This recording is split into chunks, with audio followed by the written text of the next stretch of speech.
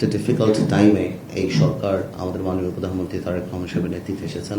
আপনারা দেখতে পাচ্ছি যে আমরা 100% এফর্ট আমরা দিচ্ছি। ভুল ত্রুটি তো হবে, আমাদের সবারই হতে পারে, বাট নৈতিকতার জায়গা থেকে আমরা খুবই স্ট্রং এবং আমাদের মাননীয় প্রধানমন্ত্রীর বলিষ্ঠ নেতৃত্বে আমরাও যারা আছি এবং সবাই আমরা এই ইনস্ট্রাকশনই পাই যে we have to serve the country and uplift the interest of the people.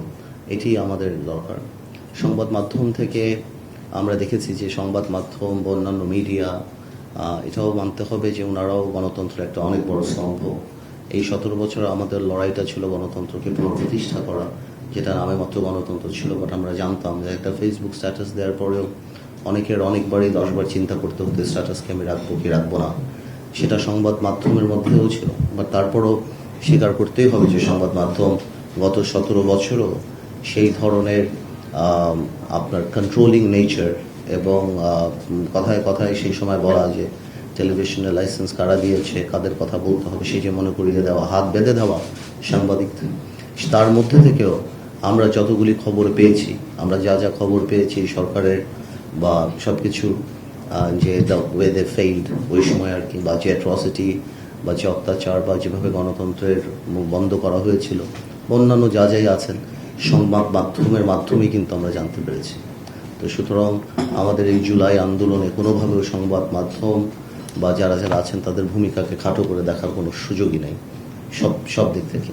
তো আমাদের মাথায় রাখতে হবে যে আমরা অবশ্যই এই মন্ত্রণালয়ের দায়িত্ব রেগুলেট করা, বাট কোনোভাবেও যেন আমরা কন্ট্রোলে না যাই। মাথায় রাখতে হবে যে আমাদের সকলেই কর্মে, আমি কথাগুলি বারবার বলি বিকজ 17 বছরে একটা ওয়েতে সারা বাংলাদেশ চলেছে। It is very difficult to change the system because সিস্টেমের মধ্যে তো পড়ে যায় সব কিছু। এই গত সরকারের সবচেয়ে বড় প্রবলেমটাই ছিল যে হয় না যে রাজনীতিবিদরা যখন ফেল করে তখন জাতির ভবিষ্যৎ নিয়ে যায়।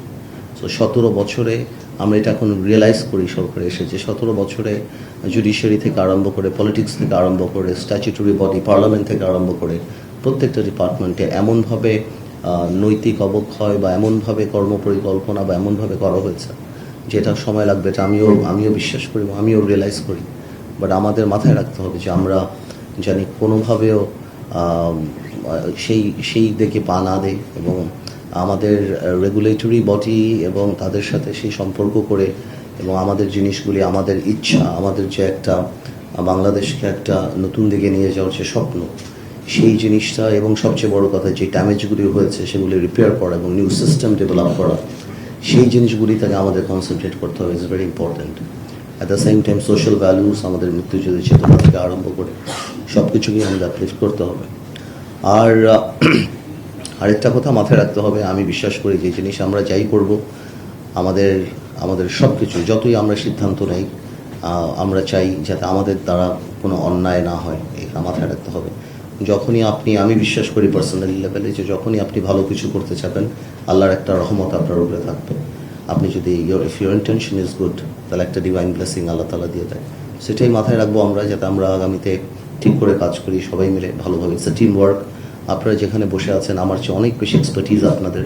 আমি হয়তো রাজনীতিতে অনেক বেশি বা অনেক অভিজ্ঞ না বলে বলবো যে অনেক সময় আমি করেছি, বাট এই জায়গাগুলিতে আপনারা আমাদের চেয়ে কীভাবে পরিচালনা করা হয় ব্যুরোক্রেটিক যে কাজগুলি আপনারা আমাদের চেয়ে অনেক বেশি এক্সপার্ট। মানে আমাদের কাজটা হলো to mitigate the harshness sometimes bureaucratic সিদ্ধান্ত এবং জনগণের কাছে এটাকে পৌঁছে দেওয়া এবং জনগণকে আপলিফ্ট করা, তাদের ইন্টারেস্ট প্রোটেক্ট করা এবং তাদের জানার একটা রাইট আছে যে আমরা কী করছি, ওনারা আমাদেরকে ভোট দিয়েছে এবং সেটাকেই জনগণের কাছে পৌঁছে দেওয়া।